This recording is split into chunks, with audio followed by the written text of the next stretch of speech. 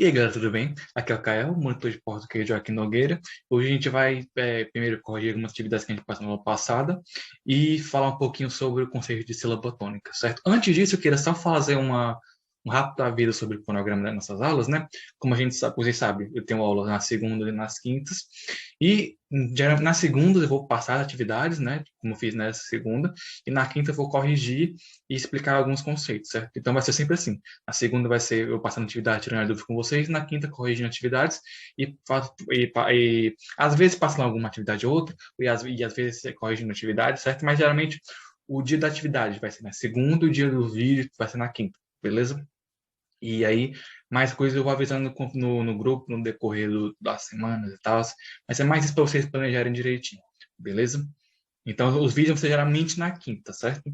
Às vezes na segunda aqui ali, mas o dia mais assim comum vai ser na quinta, beleza? Então, eu vou começar. Antes de começar a fazer as questões, né? Queria só... deixa eu compartilhar aqui a tela. Falar só sobre o conceito de sílaba tônica, né? Já que tem nas questões e tal. A sílaba tônica é a sílaba emitida com mais ênfase, sendo que em cada palavra há apenas uma sílaba tônica. De acordo com a intensidade com que são pronunciadas, as sílabas podem ser tônicas ou átonas. Assim, a chamada sílaba átona é a que possui menor intensidade numa palavra, certo? Por exemplo, abacaxi. Xi é a sílaba tônica e as outras são átonas. Urubu. Bu é a sílaba tônica, as outras são átonas. Animal. Mal é a sílaba tônica, as outras são átonas, certo? Então, a partir dessa classificação da sílaba tônica, a gente pode partir para os tipos de palavras, certo?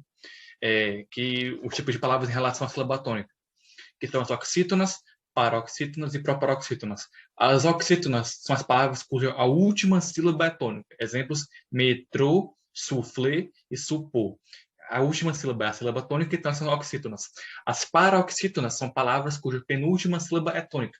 Exemplos: caráter, cavaleiro, papagaio. A penúltima sílaba é a tônica, e aí elas são as paroxítonas. E as proparoxítonas são as palavras cuja antepenúltima sílaba é tônica. Os exemplos: estádio, sílaba, subsídio.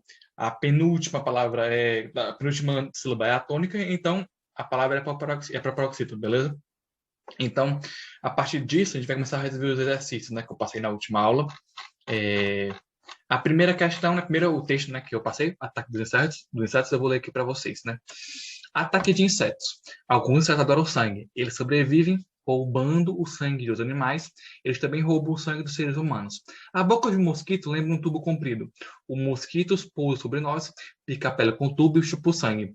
No mesmo momento, ele deixa sua saliva na pele. Nosso corpo não gosta disso e reage. A zona retor da picada fica avermelhada e inflama. Em geral, não é necessário fazer nada, pois o organismo se recupera sozinho.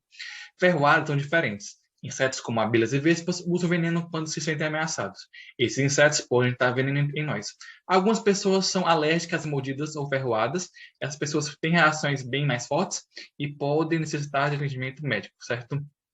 O texto é do tipo, primeira questão, né? O texto é do tipo argumentativo, informativo, procedimental ou descritivo. Bom, apesar de ele descrever, né, as informações, eu colocaria ele como informativo, pois ele informa a gente sobre os insetos, sobre o ataque dos insetos, né, sobre a diferença entre ferroadas e picadas, certo? Então eu colocaria como informativo. A função desse texto item A, listar os tipos de insetos que mordem ou picam. Ele não lista todos, né? Então não necessariamente. Item B, informar sobre picadas e ferroadas de insetos. Ele não fala só as picadas e as ferroadas, certo? Item C, demonstrar como acontece o mordida de insetos. Ele não demonstra tanto, né, sobre como acontece, mas informa sobre. Item D, descrever a forma da boca dos insetos. Ele descreve a forma, mas não o foco principal, né? O foco principal é informar sobre as picadas e ferroadas de insetos, né? Terceira questão. Assinale com X as informações que estão de acordo com o texto. Item A. Alguns insetos sugam o sangue de mais pessoas, outros injetam veneno em suas vítimas. Então, sim, certo? Esse item está correto. Alguns eles sugam e outros injetam veneno. Item B. Mordidas ferroadas são a mesma coisa? Não. Existe uma diferença entre a mordida ferroada e o texto traz isso, certo? Item C.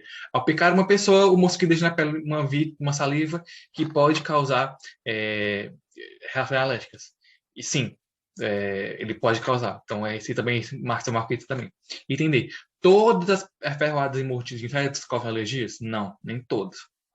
Então, o corpo humano possui defesa natural contra todo tipo de mordida de ferroada de insetos? Nem todo o corpo, nem toda ferroada. Alguns a gente precisa de ajuda médica, né? Nem pessoas. Nem as pessoas têm defesa natural, né? Contra mordidas, tá? Como são alérgicas. Beleza? Segundo texto, quarta questão, né? Segundo texto, em que situações as vespas e abelhas usam veneno? Elas usam quando elas estão ameaçadas, certo? Quinta questão, qual a diferença entre mordida e ferroada? A mordida é quando o inseto ele morde para pegar o sangue, né? Quando o inseto morde para pegar sangue, mosquito e tal. Já a ferroada, ela injeta veneno e ela é usada quando o inseto se sente ameaçado, né?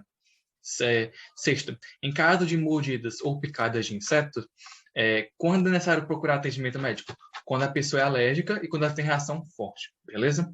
Então, nessa parte aqui da aula, eu expliquei um pouco apenas essa questão, né, a parte de interpretação, e na próxima aula eu vou resolver a questão de sílaba tônica, certo? Valeu! Bom, galera, agora vamos nessa parte da aula, a gente vai resolver a sétima e oitava questões, certo? Eu decidi deixar elas para o final, né? Porque elas são sobre sílaba tônica, a gente aprendeu um pouco sobre na aula de hoje, certo? E a sétima diz o seguinte: leia as palavras e circule a sílaba tônica de cada uma delas. E a oitava diz: organize as palavras da questão 6, só que na verdade é da sétima, na tabela, observando a posição da sílaba tônica, beleza? Então eu separei aqui, né, dividi bem as palavras já, e separei nas colunas, e ficou assim, certo? A palavra números, é como o acento dela, né, a sílaba tônica dela fica no nu, né? Números, né? A sílaba tônica dela é a antepenúltima, certo? Já a palavra gente é a gente. A palavra dela, a penúltima sílaba dela é a mais forte, então fica na paroxítona, certo? Eu botei aqui sublinhado aqui, mas na verdade o sublinhamento é no gen, certo? Só para vocês não se confundirem. Na palavra, a mesma coisa, né? Palavra, a sílaba mais forte é o lá, então a penúltima sílaba, paroxítona, certo? Leão, fica na última sílaba. Hóspede, fica também na última sílaba. A sílaba tônica. Comunicação, ignorem os riscos aqui, é mais para vocês se situarem, certo? Comunicação, a última sílaba é o são, né? Tipo, então é na última sílaba também. Doador, última sílaba também. Estrela, na penúltima sílaba, certo? Automóvel, na penúltima sílaba também. Sílaba é a antepenúltima sílaba. Estúpido é a antepenúltima sílaba. Então, tá aqui o quadro, como ficou, certo? Leão, comunicação, doador, hóspede, gente, automóvel, palavra, estrela, números, sílaba, estúpido, última. Então, eu fiz essa separação só para vocês entenderem, né? Escreverem separadinho direitinho. E só uma coisinha antes de terminar a aula, vocês perceberam que a antepenúltima sílaba, nesse quadro, ele ficou. Todas as palavras são com acentos, né? Isso porque toda proparoxítona, tirando as exceções de palavras estrangeiras, tem acento, certo? Então, isso é uma parada para vocês se guiarem, beleza? Então é isso. Espero ter entendido, espero que ela tenha rendido para vocês. Qualquer coisa, tirar dúvida no grupo. E até isso, tipo, até semana que vem. Sílaba tônica, só para concluir, né? Sílaba tônica muita prática, sabe? Para você entender a separação e tal. Algumas palavras são confusas, você confundir e tal. Mas é isso, é um assunto tranquilo e tal. E até semana que vem. Valeu!